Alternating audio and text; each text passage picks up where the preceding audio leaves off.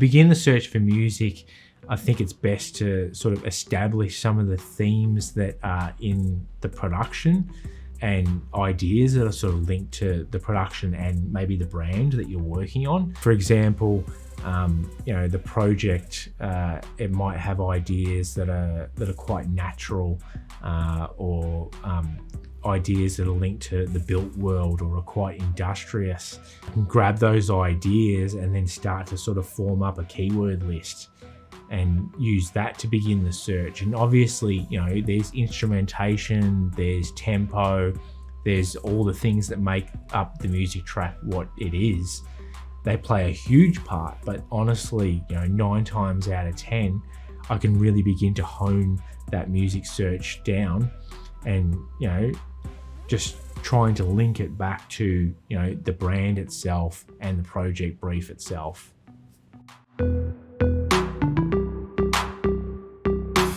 So a great example of a production that Ottico Lab worked on, where music really drove that project, but actually transformed the content piece itself, was Signature Floor's Vivid 202 launch video.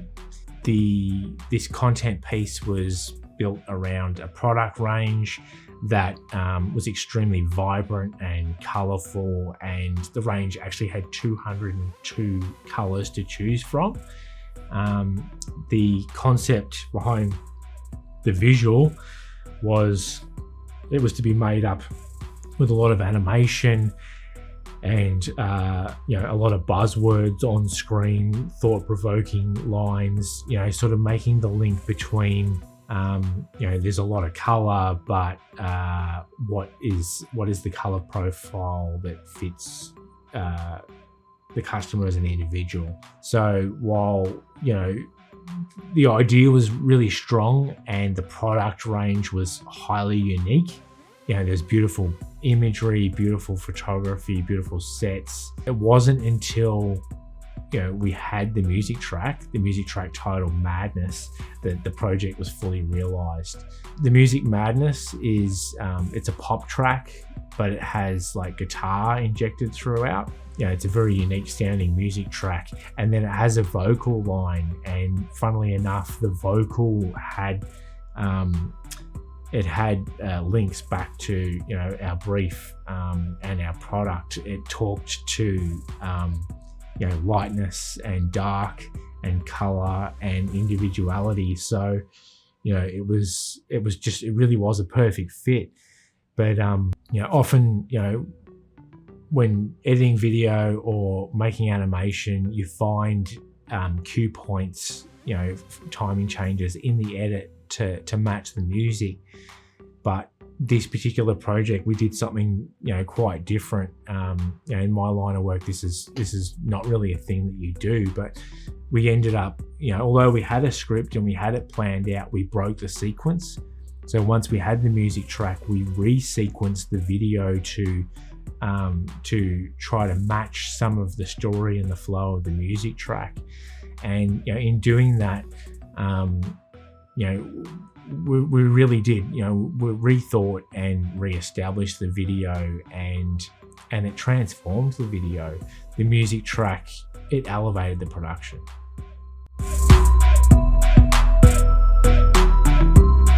In production, you get what you pay for. For most things involved in a production, there are the cheaper options and there are the quick wins. So whether it's in a camera, a voiceover, something AI generated, or music, in my experience, you really need to be wary of the limitations of what you're choosing. So when it comes to music, you need quality music. You ideally need options in that music. You definitely need to know that the music that you're using is able to be licensed for your intended usage, and that for you as a producer, you are behaving in a compliant way. I also think it's super important that that content is made by artists, by real people, by real collaborators, and it's ethical. I honestly believe that for viewers and listeners, you know the difference. You can hear the difference in the material that it is made with real intent.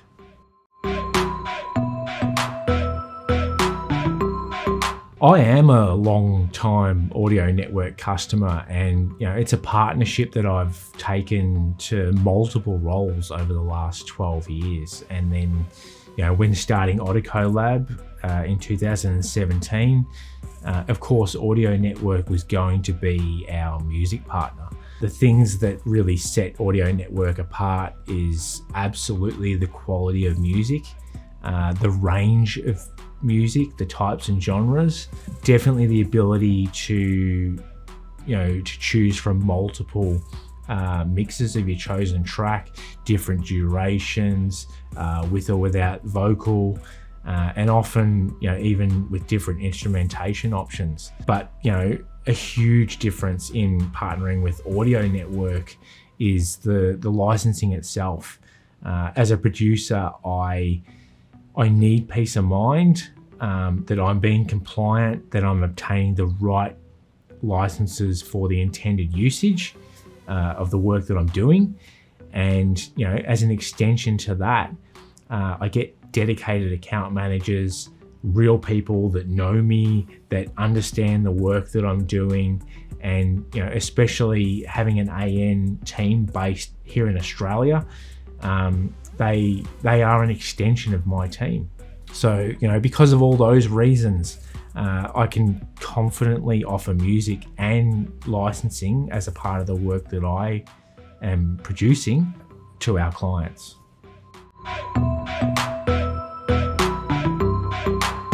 So the future of brand content and storytelling and how music fits in there, I think it's not too dissimilar to what we've been doing for the last 100 years or so. Styles and ideas are constantly changing, they come and go and often return again. So much of the work that we all do can often date quite quickly. But then 10 years later you'll be working on something else, and you'll realize that shares some of the same DNA as what we did previously. And then there's technology, new stuff comes out. We get fancier new cameras, new lighting gear, faster computers.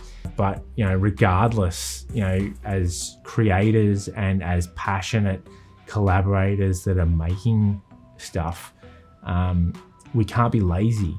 No matter what the style of the content is, and no matter what tools you have in your belt, you still need to go through the motions. You need to give the work the time it deserves. So I guess the point I'm trying to make is that things evolve. There's nothing we can do about that fact. And also in our line of work, things do have a tendency of becoming fashionable again. But ultimately, the audio and the music specifically, it plays an enormous part in the success of the visual. So, great quality music, it isn't going away anytime soon.